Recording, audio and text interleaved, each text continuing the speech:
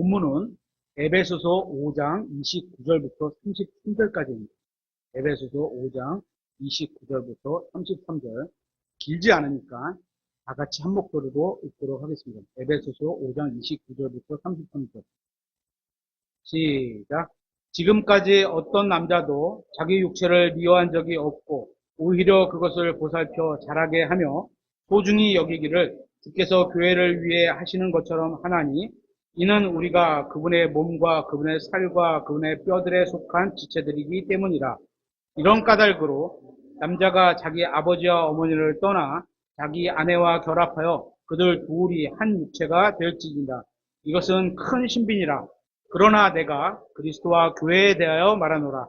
그럼에도 불구하고 너희 각 사람이 자기를 사랑하듯 개별적으로 그렇게 자기 아내를 사랑하고 아내도 주하여 자기 남편을 존경할지니라. 지금 읽은 본문에서는 그리스도와 교회에 대해서 말씀하시면서 남편과 아내가 그와 같은 관계임을 말씀하고 있습니다. 그러면서 둘이 하나됨을 말하면서 이게 큰 신비라고 말씀하고 있습니다. 그러면 교회가 누구죠? 교회는 고린도전서 1장 2절에 의하면 예수 그리스도 예수님 안에서 거룩히 구별된 사람이고, 또 성도로 부르심을 받은 사람이고, 또 예수 그리스도의 이름을 부르는 모든 자들이 교회인 겁니다. 이 사람들이 교회입니다. 쉽게 말해서 예수님을 믿고 그분 안에 있는 사람들이 교회인 겁니다. 바로 이 교회를 하나님께서 순결한 한 처녀로 그리스도께 드리기 위해 한 남편과 정혼시킨 사이입니다. 그리고 성경은 결혼하기로 약속한 여자를 아내라고 부르고 있습니다. 그래서 믿는 우리는 그리스도와 정혼하는 아내인 겁니다. 여기서 조심해야 할 것은 우리 각자가 아내가 아니라 우리 모두를 한 처녀로 해서 남편이신 그리스도와 정혼한 사이라는 겁니다. 이 자리에 결혼하신 분들에게 여쭤보겠습니다. 여러분은 남편으로서 아내와 아내로서 남편과 얼마나 친밀하십니까? 여기서 친밀하다는 말은 아주 친하고 허물없이 가깝게 지낸다는 것을 의미합니다. 예수님은 하나님이시기 때문에 신부인 저와 여러분에 대해서 아주 잘 아시고 아주 친절하고 아주 가깝게 대하고 계십니다. 맞나요? 맞죠? 그런데 아내인 우리의 입장에서 남편이신 그리스도와 얼마나 친밀하게 지내고 있느냐는 겁니다. 그래서 오늘은 교회인 우리가 아내로서 남편이신 그리스도와 가장 친밀하게 지내야 한다는 말씀을 살펴보려고 하는 겁니다. 이 말씀을 들으면서 지금 부부간에 계신 분들은 내가 내 배우자에게 친밀하게 대하고 있는지도 살펴보시고, 또 모든 형제자매님들은 그리스도의 몸에 속한 지체들이기 때문에 얼마나 그 지체와 친밀하게 지내고 있는지를 각자 적용해 보시면 좋겠습니다. 여러분이 인생을 살면서 가장 가까워야 할 인간관계가 있다면 가족관계일 겁니다. 그러니까 여러분이 부부로서, 부모, 자식으로서, 형제, 자매로서 가깝게 지내지 않는다면 예수님을 믿는다고 고백하는 여러분의 믿음이 열매를 맺지 못하고 있는 겁니다. 세상적으로 봤을 때 돈도 좀 있고 좋은 차도 타고 여행도 잘 다니고 자식도 잘 커가고 그렇게 모든 게 잘 되어 보여도 사실 가정생활에서 부부 사이가 원만하지 못하면 그것은 예수님이 원하시는 가정의 모습이 아닌 겁니다. 믿음 생활에서 무슨 문제가 있는 겁니다. 또한 매주 교회에 와서 찬송도 열심히 부르고 설교도 잘 듣고 그러는 것 같은데 실제로 교회 안에서 성경이 말씀하시는 그리스도인으로서의 친교를 하지 못하고 있다면 그건 예배당에 잠시 왔다가 그냥 가는 겁니다. 가정생활이나 교회 생활을 그렇게만 하게 되면 조금 있으면 지치고 생활에 활력이 없게 됩니다. 제 말을 오해하지 마시기 바랍니다. 교회에 오는 게 잘못되었다는 게 아니라 그리스도인으로서의 친교가 없으면 안 된다는 겁니다. 그리스도인들은 한 몸에 속한 지체로서 하나님께 속한 한 가족으로서 친밀한 교제를 유지하러 교회에 오셔야 한다는 겁니다. 하나님께서 사람을 만드시면서 처음 만든 사람 사이에 마치 한 사람으로 여기는 친밀함이 있도록 사람을 만드셨습니다. 창세기 1장, 2장을 보시면 하나님께서 1장 1절에 하늘과 땅을 만드시고 2절에 무언가 어둡고 공허한 상태에서 이제 6일 동안 창조를 하시는데 첫날에 빛이 있으라 하시니까 어둠에서 빛이 나눠졌고 둘째 날 물들 가운데 있는 궁창을 위의 물들에서 아래 물들을 나누셨고 셋째 날 아래의 물들에서 땅을 드러내시고 땅에 식물을 내시고 넷째 날 해와 달과 별을 만드시고 다섯째 날 날짐승과 어루를 만드시고 이제 여섯째 날에 하나님께서 하나님의 형상 가운데 하나님의 형상을 가진 인간을 창조하셨다. 성경은 이렇게 말하고 있습니다. 창세기 1장 26절 한번 보겠습니다. 창세기 1장 26절.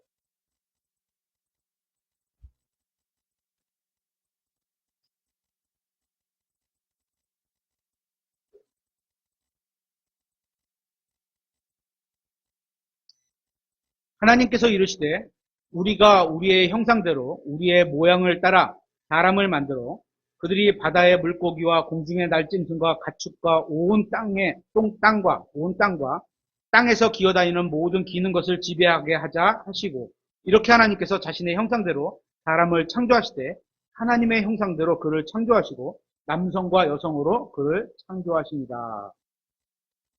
그때 땅에는 사람이 한 남성과 한 여성밖에 없었습니다. 그리고 하나님께서는 창세기 2장에서 사람을 남성과 여성으로 창조하신 이유와 그 과정을 기록해 주셨습니다. 창세기 2장을 보면 처음에는 하나님이 남자를 만드시고 그 다음에 남자에게서 갈비뼈 하나를 취하셔서 여자를 만드시는 내용이 기록되어 있습니다. 2장을 보시겠습니다. 2장 18절. 주 하나님께서 이르시되 남자가 홀로 있는 것이 좋지 아니하니 내가 그를 위해 합당한 조력자를 만들리라 하시니라. 조력자는 헬프입니다. 헬프. 그죠? 그러니까 돕는 사람 이런 의미죠. 하나님이 남자만 한 명을 만들어 놓으셨는데 남자가 홀로 지내는 것이 좋지 않다는 겁니다. 그래서 그에게 꼭 필요한 합당한 조력자를 만들게 되었다. 이렇게 말씀하시는 겁니다. 계속해서 19절에 주 하나님께서 들의 모든 짐승과 공중의 모든 날짐승을 땅에서 지으시고 아담이 그것들을 무엇이라고 부르는지 보시려고 그것들을 그에게 데려오시니 아담이 모든 살아있는 창조물을 무엇이라고 부르는지 그것이 그 창조물의 이름이 되었더라. 아담이 모든 가축과 공중의 날짐승과 들의 모든 짐승에게 이름을 주었으나 아담을 위해서는 그를 위한 합당한 조력자가 발견되지 아니하였더라. 아담이 모든 가축과 모든 날짐승과 모든 짐승에게 이름을 주면서 보니까 다 짝이 있는데 하나님 보시기에 아담에게는 짝이 없던 겁니다. 아담을 위해서 합당한 조력자가 필요했는데 다시 말해서 도와주는 합당한 사람이 발견되지 않았던 겁니다. 그렇게 아담이 혼자 있는 것을 좋지 않게 보신 하나님께서 그에게 합당한 짝을 만드시겠다는 겁니다. 남자는 합당한 한 조력자가 있어야만 하나님께서 사람으로 제 역할을 하게 만들어 놓으셨다고 보는 겁니다. 이 자리에 계신 남자분들만 한번 따라해 보세요. 나에게 합당한 한 명의 여자 조력자가 있어야 하는 거구나.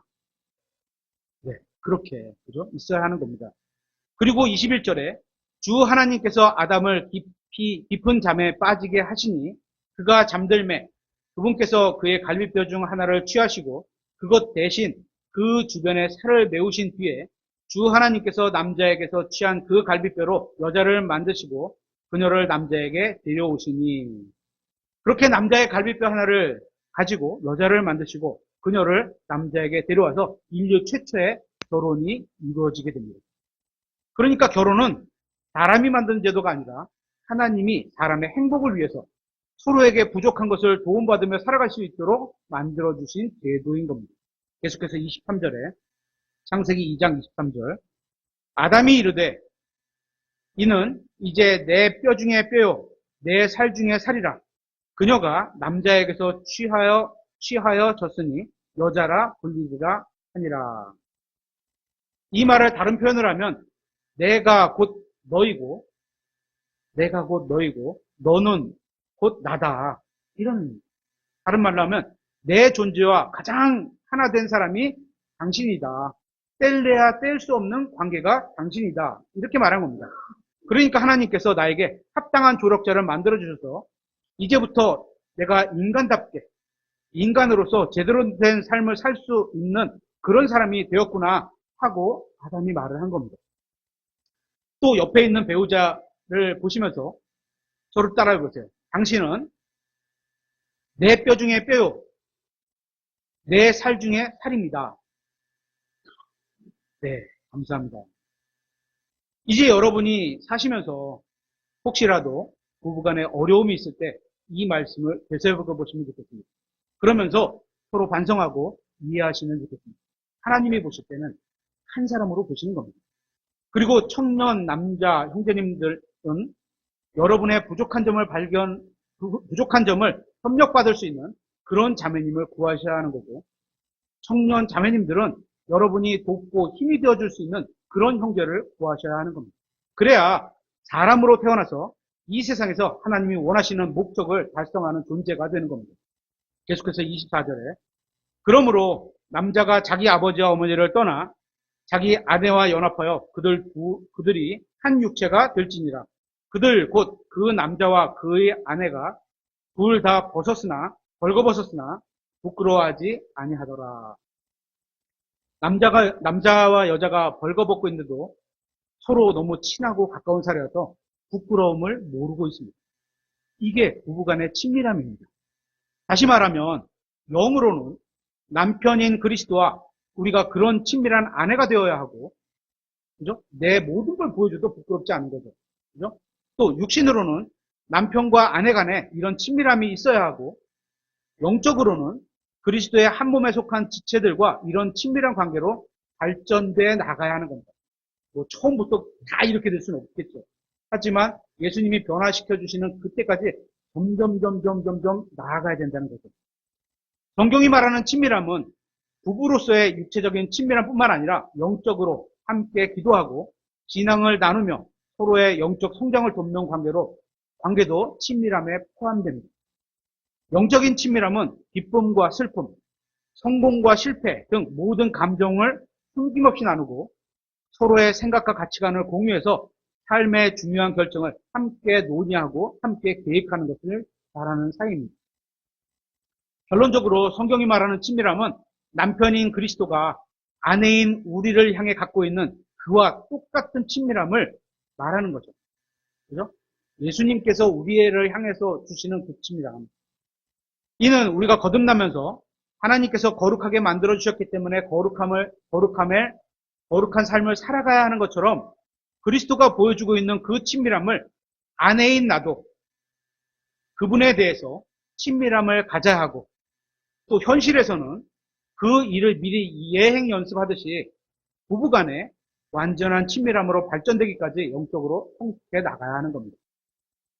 다만 교회 내 형제자매니 간에는 친밀함에 있어서 우리는 아직 육신에 속해 있기 때문에 좀 서로 주의를 하면서 상대방의 성향과 느끼는 감정에 따라서 서로에게 맞춰주는, 그래서 차근차근 가까워지는 관계가 필요합니다.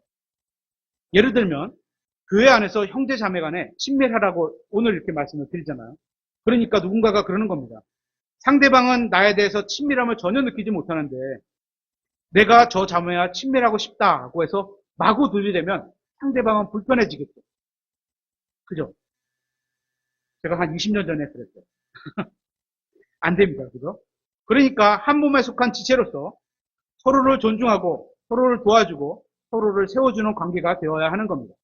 그래서 상대방이 나에 대해서 친하고 편함을 느낄 수 있어야 친밀한 관계로 발전될 수 있는 겁니다.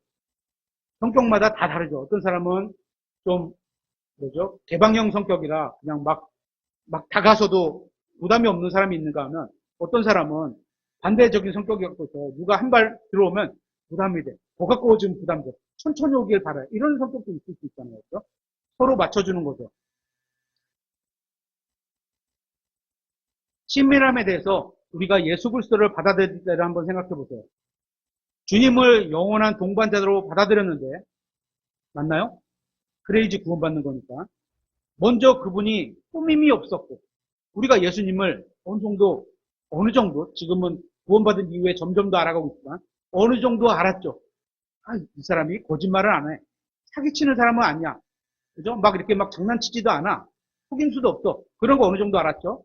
또 진실한 분이고, 사랑을 먼저 보이셨고, 그분의 모든 게 안전하게 받아들일 수 있었기 때문에 우리가 예수님을 받아들였던 겁니다. 그렇죠? 막 거짓말 하는데 그거를 믿을 수는 없잖아요. 그죠? 예수님께서 보이신 우리를 향한 친밀함을 한마디로 말하면 내 뼈 중에 뼈요, 내 살 중에 살인 사이로 우리가 느끼도록 실제로 그렇게 보여주셨어요. 우리가 느끼도록 완전한 연합을 하고 계신 겁니다. 그런데 신부인 우리는 어떻죠? 신랑 그리스도에 대해 어떤 정도로 친밀한 생활을 하고 계신가요? 그죠? 상대방은 우리에게 감정, 그죠? 성경을 통해서 우리에게 슬픈 감정, 기쁜 감정, 이런 걸 다 드러내 보셨죠. 그죠? 성경에는 부부의 친밀함을 위해서 어떻게 해야 하는지가 기록되어 있습니다. 한번 고린도전서 7장 3절을 보겠습니다.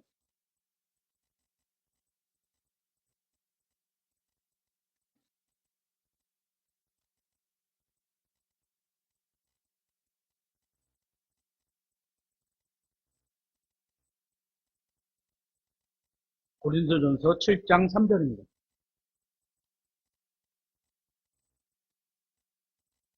고린도전서 7장 3절. 남편은 아내에게 합당한 애정을 베풀고, 이 합당한 애정이 여러 가지 면으로 이해할 수 있죠. 합당한 애정을 베풀고, 아내도 남편에게 그와 같이 할지니라. 아내가 자기 몸을 마음대로 하지 못하고, 남편이 하며, 아내의 몸을 남편이 마음대로 하게 됩니다. 자기 마음대로 못하고. 이와 같이 남편도 자기 몸을 마음대로 하지 못하고 아내가 하느니라. 이 말씀은 부부로 결혼하면 내 몸은 내 거다. 이렇게 할 수 없다는 겁니다. 서로에게 육체적인 친밀감 같은 마땅한 애정을 베푸는 그런 사람이 되어야 한다는 겁니다. 여기서 마땅한 애정이라 하면 육체적인 애정도 포함될 거고, 그죠? 부부간이니까. 또 더불어 영적인 애정을 다 포함하는 겁니다. 우리가 젊었을 때는 육체적인 애정이 좀 더 많겠죠. 하지만 나이가 들어서 육체적인 애정보다는 영적인 애정에 좀 더 비중이 많아질 겁니다. 그죠? 그래서 공원이나 이런 마트에 가보면 연로한 분들이 부부간에 이렇게 손잡고 딱 걸어가는 모습 너무나 멋있잖아요. 그죠? 부러워요. 그죠?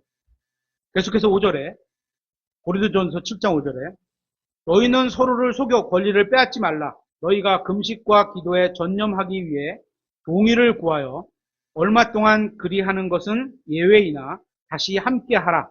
이것은 너희가 참지 못함으로 인해 사탄이 너희를 시험하지 못하게 하려 함이라. 그러나 나는 명령으로 이것을 말하지 아니하고 허용된 것에 의거하여 말하노라. 부부간에는 금식과 기도에 전념하기 위해서만 예외적으로 어떤 큰 문제가 닥치면, 특히 영적인 싸움 같은 경우는 금식과 기도가 필요하다고 성경은 말씀하시죠. 그러니까 그런 것 같지. 어떤 큰 문제가 닥쳤을 때 금식과 기도에 전념하기 위해서만 예외적으로 육체적인 하나됨을 잠시 멈출 수 있다는 겁니다. 그리고 어떻게 해요? come together. 다시 합치라는 겁니다. 그래야만 건강한 결혼 생활이 유지되고 건강한 가정이 유지될 수 있다고 성경이 우리에게 얘기하고 있는 겁니다. 그래야 하는 이유는 하나님께서 우리에게 성욕이라는 것을 주셨는데 그것을 올바르게 사용하기 위해서 부부간에만 제한을 두셨기 때문입니다. 요즘 시대에 가정 문제가 뭔지 아세요? 가정 문제.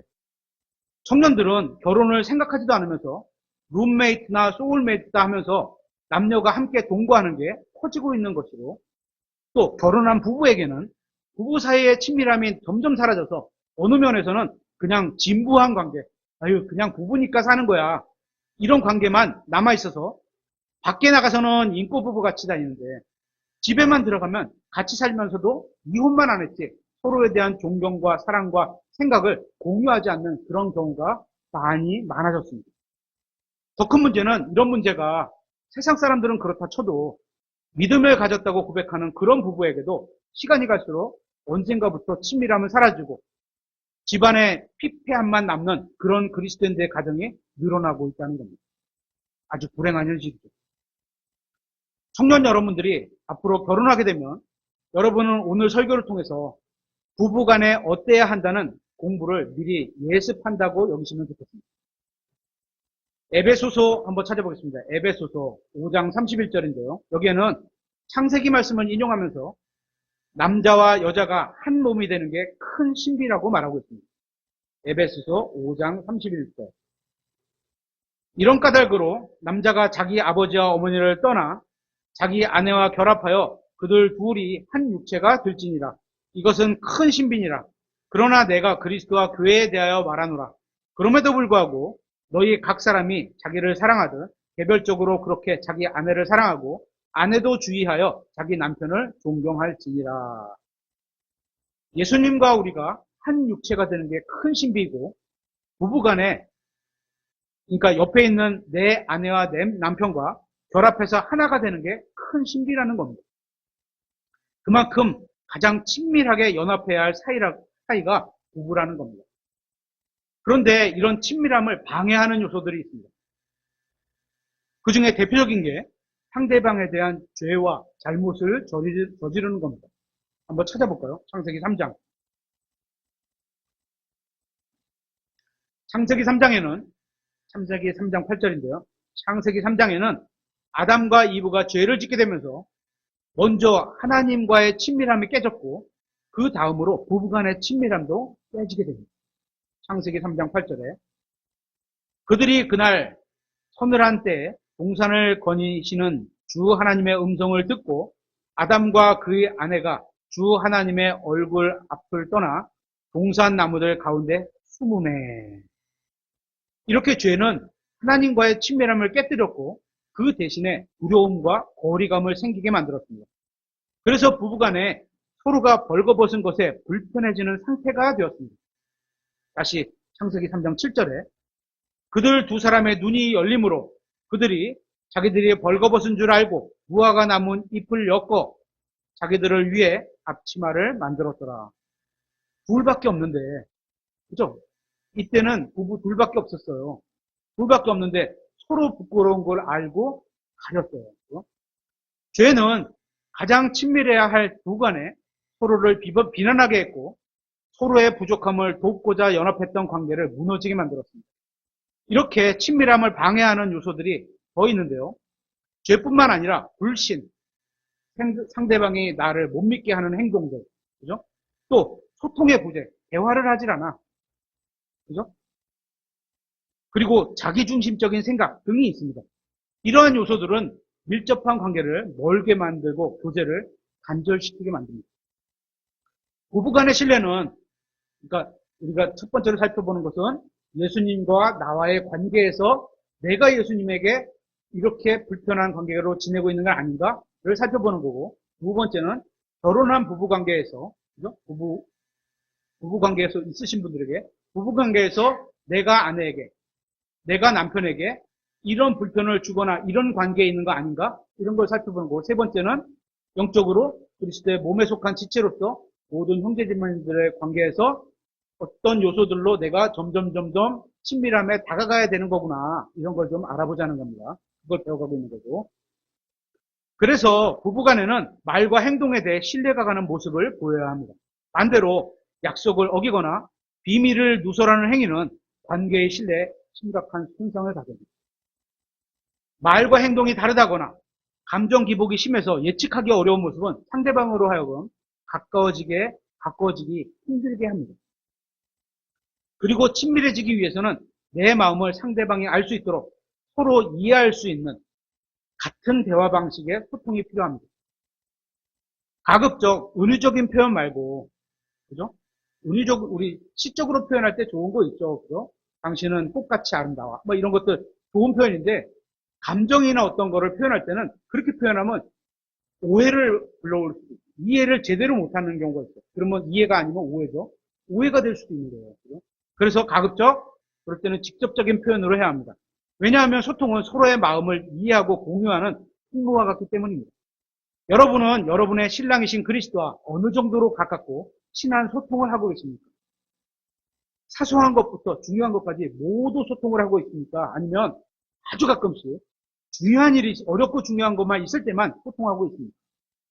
기도를 얼마나 자주, 모든 일에 하느냐, 끊임없이 하느냐, 이걸 말하는 거죠. 이건 부부간에도 마찬가지입니다. 만약에 부부간에 소통이 원활하지 않게 되면 상대방에 대한 오해가 쌓이게 되고 결국 상대방의 감정을 존중하지 않고 비난하게 됩니다. 특히 소통의 부재는 세대 간의 차이에서도 심합니다. 주로 일방적으로 통보하는 방식의 말, 이런 데서 상대방은 방어적으로 만들고 소통을 단절시키게 만듭니다. 나이 든 어른들이 생각해 보셔야 할 것이 있습니다. 분명히 진리는 변하지 않는데, 그죠? 변하지 않는데, 표현하는 방식이나 어떤 것이 달라졌다는 겁니다. 하지만 세대가 변하면서 생각하는 가치관도 변하게 되고, 그죠? 진리는 변하지 않았어요. 그냥 그대로 있어요. 그죠? 하지만 그거를 바라보는 관점이 달라지는 거죠. 대화 방식이 많이 달라졌다는 겁니다. 60대 이상의 세대는 공동체, 안정된 직장, 결혼, 자녀 양육, 권위적인 태도, 만나서 대화하는 이런 게 중요했다면 또 어떻게 전쟁이 났으니까 되게 어렵게 살아서 어떤 경제가 발전되는 과정에서 있었던 인생을 살았기 때문에 거기에 적합한 우리가 사고관을 가졌다면 지금 나이가 뭐 예를 들어서 한 30대 이하의 분들은 개인 위주, 다양성, 직장보다 워라밸, 돈보다 자아 실현 중심, 문자나 SNS 중심, 수평적인 대화, 또 경제적으로도 벌써 뭐 2만 불 시대에 태어났어. 그러니까 뭐 몇천 불 시대는 알지도 못해, 경험도 없고. 그죠? 거기에 맞춰서 처음부터 사고관이 그렇게 가져지게 됐어요. 다시 말씀드리지만 진리는 변함이 없습니다. 하나님의 말씀은 움직이지 않고 모든 세대에 다 적용돼요. 하지만 바라보는 관점과 방식이 조금 바뀌었어요. 이제 친밀함을 방해하는 마지막 요소가 자기 중심적인 생각입니다. 친밀함은 상대방의 입장을 공감하고 존중하는 상호작용에서 비롯됩니다. 그런데 오직 자신의 입장과 필요와 감정만을 우선시하게 되면 상대방은 관계에서 소홀함을 느끼게 되고 멀어지게 될 겁니다. 그렇게 상대방에 대한 공감 능력이 부족하면 상대방의 말을 끝까지 듣지 않고도 다 안다는 듯이 자신의 말만 하려는 태도로 인해 상대방으로 하여금 친밀함을 느끼지 못하게 만듭니다. 그렇다면 우리가 어떤 친밀함으로 나아가야 할까요? 성경은 그리스도와의 친밀함에 대해서 이렇게 말하고 있습니다. 요한복음 15장 4절에 내 안에서 거하라. 예수님과 딱 밀접한 관계가 됐다는 얘기죠.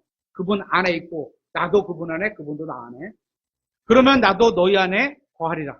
가지가 포도나무에 거하지 아니하면, 그런 관계가 예수님이 가지시고 우리가 열린 예수님이 나무시고 그 가지에서 뻗어난 가지에 거하지 아니하면 어떻게 열매가 좋은 열매를 맺을 수 없구나, 이런 걸로 설명하시는 거죠.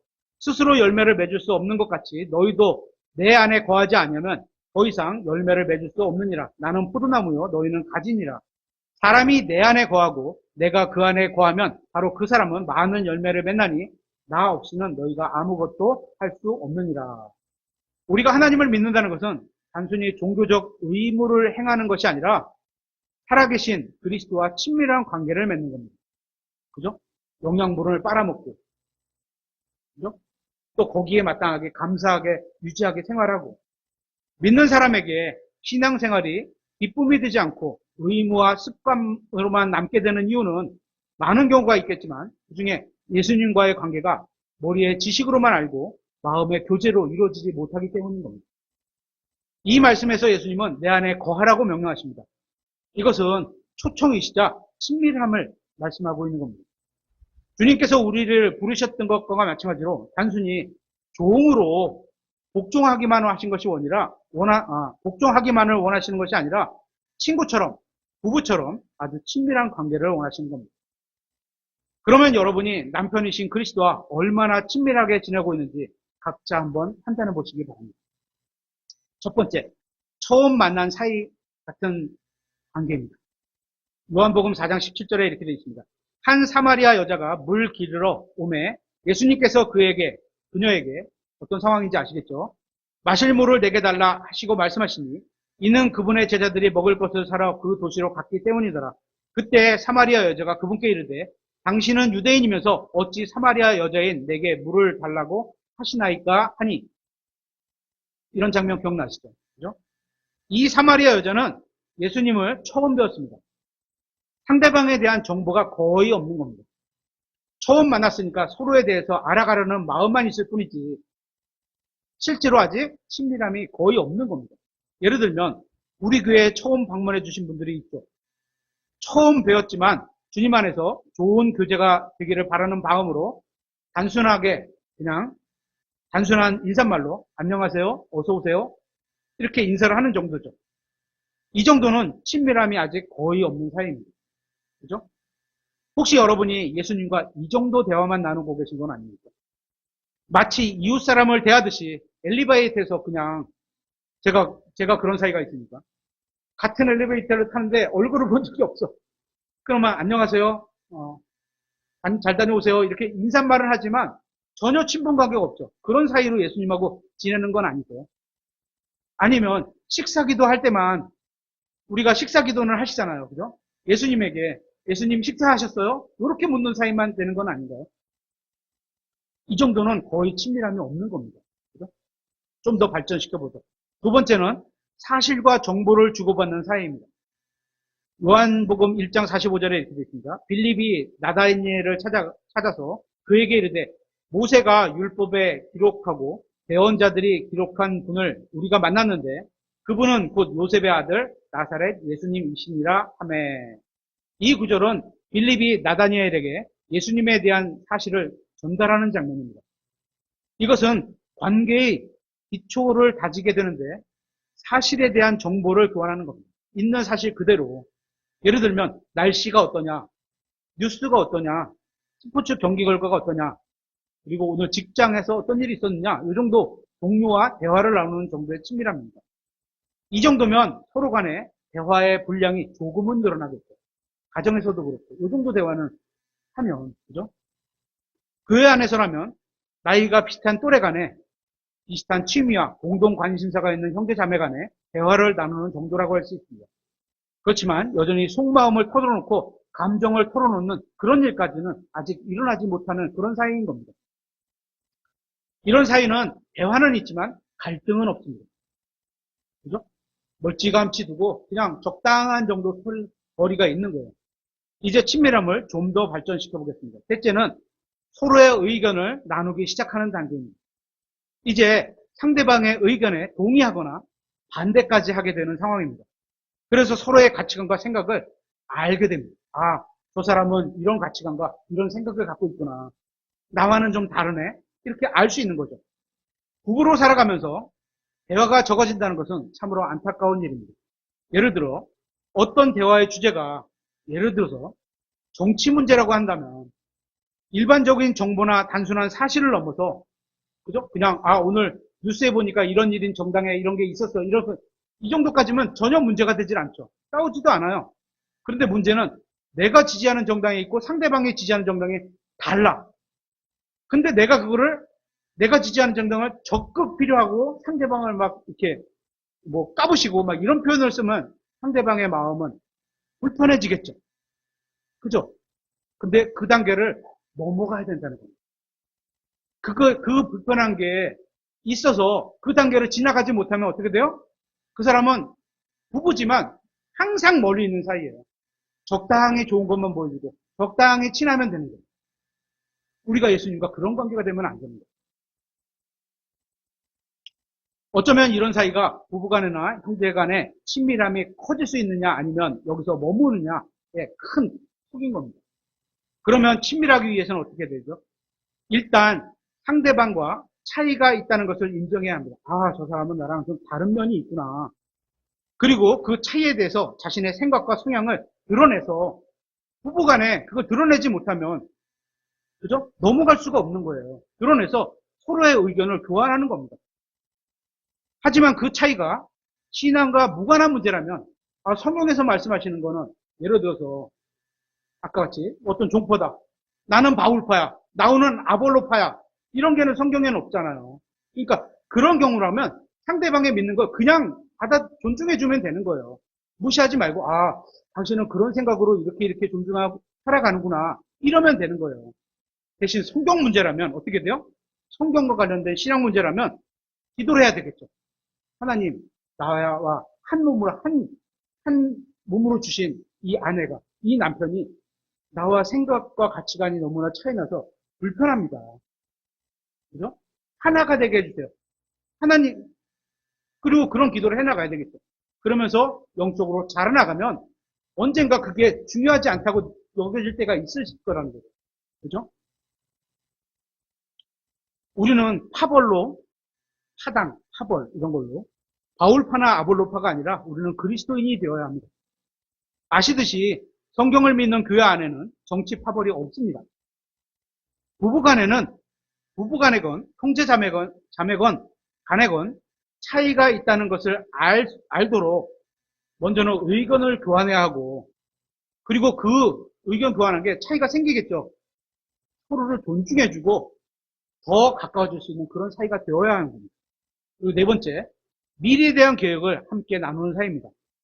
상대방이 나를 어떻게 바라볼지에 대한 두려움 없이 솔직히 나의 자신에 대한 마음 상태를 계획하고 함께 공유하는 사이인 겁니다.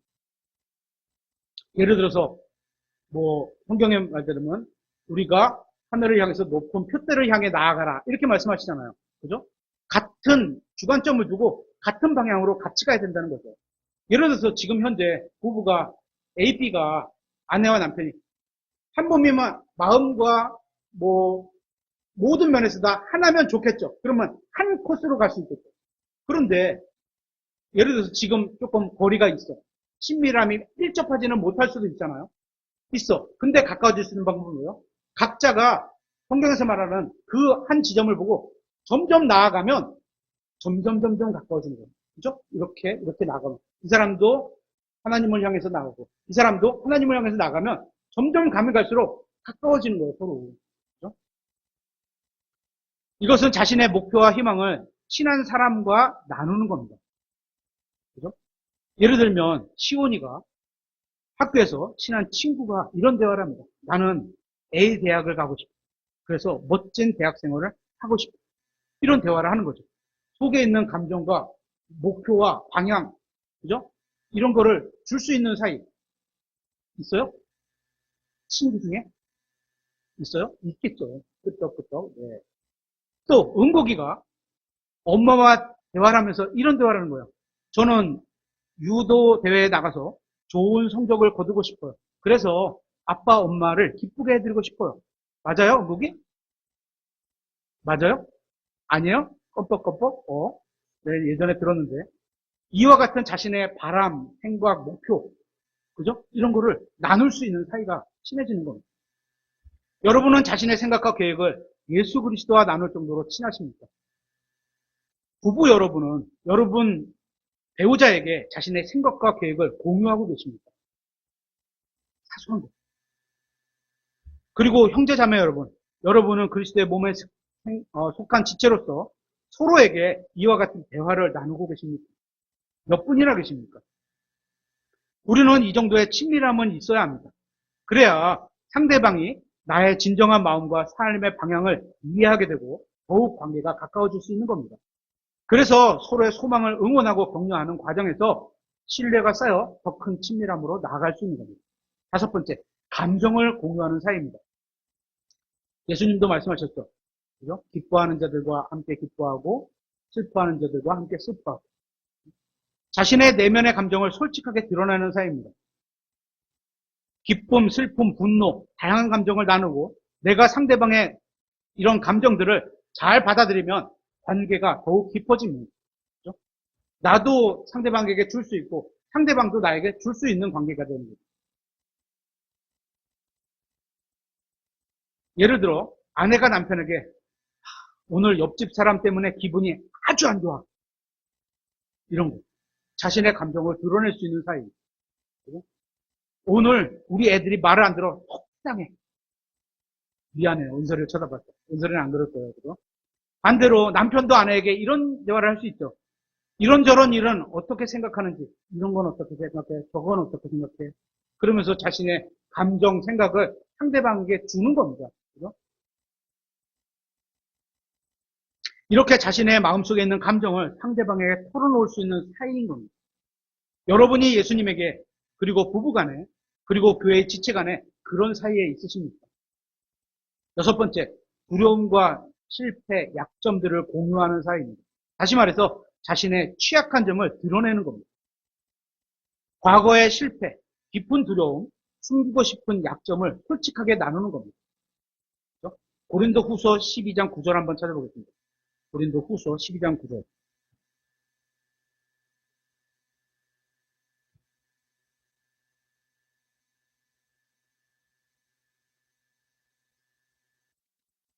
고린도 후서 12장 9절. 그분께서 내게 이르시되 내 은혜가 내게 족하도다. 나의 강한 능력은 약한 데서 완전하게 되느니라 하셨느니라. 상황이 뭔지 아시겠죠? 바울이 눈에 어떤 질병이 걸렸는데 하나님께 세 번을 간청을 해요. 근데도 하나님께서 노라고 응답하시면서 이런 답을 주신 거예요. 그죠? 그러므로 내가 오히려 크게 기뻐하며 나의 연약한 것들을 자랑하리니 질병이 있는데 그거를 주신 이유를 이제 깨닫게 됐어. 알았어. 그래서 그거를 자랑할 수 있는 사이가 됐어. 그죠? 이것은 그리스도의 권능이 내 위에 머물게 하려 함이니라. 이 구절은 자신의 약점을 솔직히 드러날 때 우리가 오히려 하나님의 권능이 임하게 된다는 것을 보여줍니다. 자신의 과거의 실패를 공유하지만 상대방이 나에게 해를 주지 않을 것이라는 신뢰를 가는 사이입니다. 그죠? 그래서 우리가 그 교회 안에서도 내가 저 정도면 내가 내 흠을 얘기를 해도 그죠? 상대방이 내 흠으로 받아들이지 않고 나를 위해서 기도를 해주고 그걸로 인해서 하나님이 일해주신 거를 위로해주고 공유해주고 이럴 만한 분이구나 라는 게 받아들여질 때 그와 대화를 내 속에 있는 거를 대화를 하게 되잖아요. 그죠? 그런 사이가 되어야 되는 겁니다. 예를 들면 우리가 흔히 사용하는 표현으로 딱 얘가 적절한지는 모르겠지만 생각나는 게 없어서 제가 이걸 들었어요. 방귀를 트는 사이라고 할까요? 준현 형제님은 저하고 방귀를 트십니까? 못 틀 것 같아요? 쳐야 돼요. 자신의 취약함을 드러내지 못하면 그 관계는 가까워지기 어렵습니다. 일부러 여러분 뿡뿡뿡 방귀 껴라 이런 얘기 아닙니다. 그죠? 왜냐하면 사람마다 상대방에 대한 어떤 그런 게 되게 굉장히 거부감으로 느끼는 분들도 있을 수 있거든요. 그죠? 조심을 해야죠. 하지만 둘이 있는 사이에서는 그런 게 좀 호물이 약해지는 사이가 되어야 된다는 거죠. 그죠? 적어도 이 정도는 되어야 진짜 친밀하다고 할 수 있는 거 아닐까. 마지막으로 친밀한 진정한 필요를 공급해주는 사이입니다. 이게 가장 친밀한 열함이라고 할 수 있습니다. 에베소서 5장 28절을 보겠습니다. 오늘 본문 말씀과 거의 겹치는 부분인데요. 에베소서 5장 18절. 이와 같이 남자들도 자기 아내를 자기 몸같이 사랑해야만 하니 성경이 굉장히 감사하고 세밀한 게 자기 아내입니다. 그렇죠? 남이 아내는 참 친절하게 대하는데 자기 아내에게서는 잘 안 되죠. 그죠? 근데 성경은 자기 아내, 자기 남편입니다. 자기 아내를 사랑하는 자는 자기를 사랑하느니라. 그래서 우리가 보통 사랑하는 사이 있을 때 자기야 이렇게 얘기하잖아요. 그죠? 영어로 보면 자기 스스로를 말할 때, 자기 스스로를 말할 때 자기야 이렇게 말을 표현하잖아요. 29절 지금까지 어떤 남자도 자기 육체를 미워한 적이 없고 오히려 그것을 보살펴 자기 아내에 대해 적용해보면 너무 좋죠. 잘하게 하며 소중히 여기기를 주께서 교회를 위해 하시는 것처럼 하나니 이는 우리가 그분의 몸과 그분의 살과 그분의 뼈들에 속한 지체들이기 때문이라. 이런 까닭으로 남자가 자기 아버지와 어머니를 떠나 자기 아내와 결합하여 그들 둘이 한 육체가 될지니라. 서로의 진정한 필요를 이해하고 채워주는 그런 사이.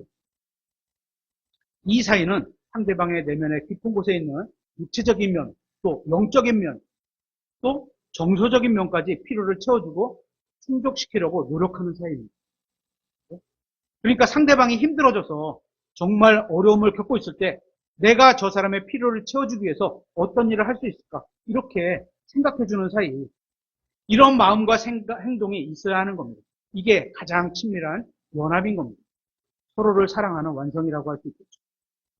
이렇게 우리는 여러 가지 유형의 친밀함을 살펴봤는데요. 여러분은 그리스도와 어느 정도 친밀한 사이이십니까? 방구를 껴도 되는 사이? 그 정도는 되시겠죠, 다들? 그죠? 여러분은 부부간에 어느 정도 친밀한 사이이십니까? 또 여러분은 그리스도의 몸에 속한 지체로서 형제 자매 간에 어느 정도 친밀한 사이이십니까? 가장 친밀하게 연합하기 위해서는 예수님께서 우리에게 보여주셨던 것처럼 말과 행동에서 신뢰를 줄 수 있어야 합니다.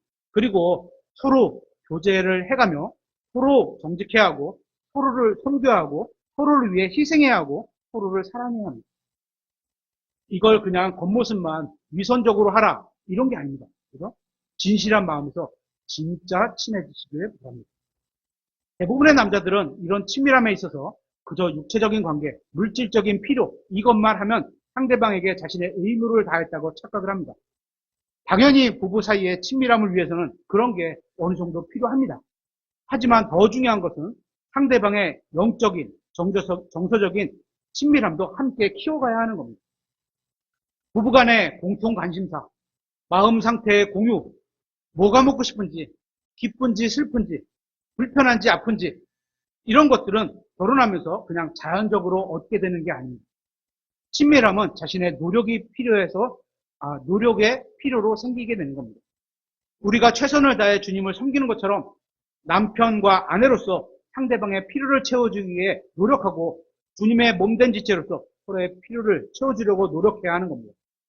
그러니까 친밀함은 갈등이 없는 상태가 아니라 갈등을 솔직하게 나누고 함께 이겨나가는 그래서 가까워지는 사이라고 할 수 있는 겁니다. 우리가 모든 모두가 영적으로 성장해서 예수 그리스도와 완전히 친밀하고 또 부부간에는 가장 가깝게 친밀하게 되시고 또 형제 자매 간에 더욱 친밀해져서 교회에 누군가 오셨을 때 이 교회는 아주 친절하고 성도들 간에 아주 가까운 사이다 이런 느낌이 드는 그런 교회가 되기를 바랍니다. 오늘 말씀을 마치도록 하겠습니다.